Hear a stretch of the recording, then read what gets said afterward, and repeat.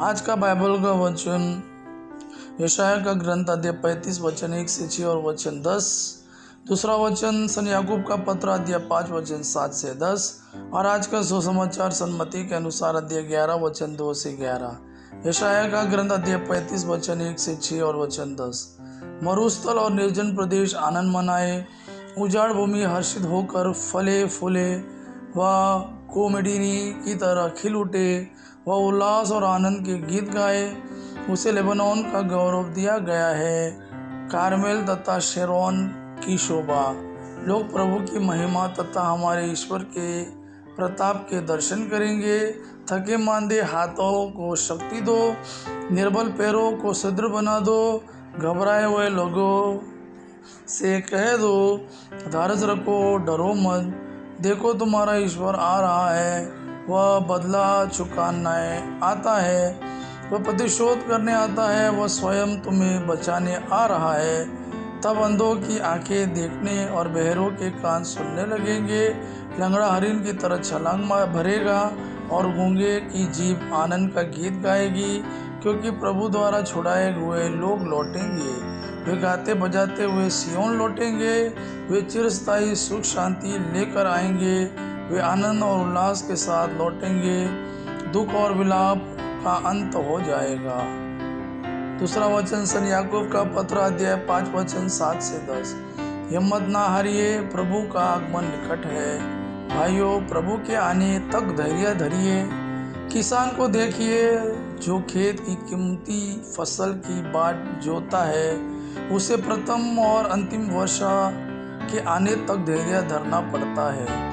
आप लोग भी धैर्य धरिए, हिम्मत न हारिए, क्योंकि प्रभु का आगमन निकट है। हे भाइयों, एक दूसरे की शिकायत नहीं कीजिए, जिससे आप पर दोष न लगाए जाए।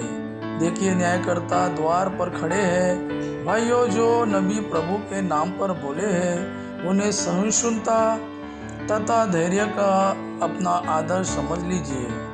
आज का सुसमाचार सन्मति के अनुसार अध्याय 11 वचन 2 से 11। यूहन्ना ने बंदीगृह में मसीह के कार्यों की चर्चा सुनकर अपने शिष्यों को उनके पास यह पूछने भेजा, क्या आप ही वह है जो आने वाले हैं, अथवा हम किसी दूसरे की प्रतीक्षा करें? यीशु ने उत्तर दिया, जाओ, जो कुछ तुम सुनते और देखते हो उसे यूहन्ना को बताओ। अंधे देखते हैं, लंगड़े चलते हैं, कोढ़ी शुद्ध किए जाते हैं, बहरे सुनते हैं, मुर्दे जिलाए जाते हैं, दरिद्रों को सुसमाचार सुनाया जाता है। और धन्य है वह जिसका विश्वास मुझ पर से नहीं उठ जाता है। वे विदा हो ही रहे थे कि यीशु जनसमूह से यूहन्ना के विषय कहने लगे, तुम लोग निर्जन प्रदेश क्या देखने गए थे? हवा से हिलते हुए सरकंडे को नहीं। तब तुम क्या देखने गए थे? बढ़िया कपड़े पहने मनुष्यों को नहीं। बढ़िया कपड़े पहनने वाला राजमहलों में रहते हैं। आखिर क्यों निकले थे? नबी को देखने के लिए?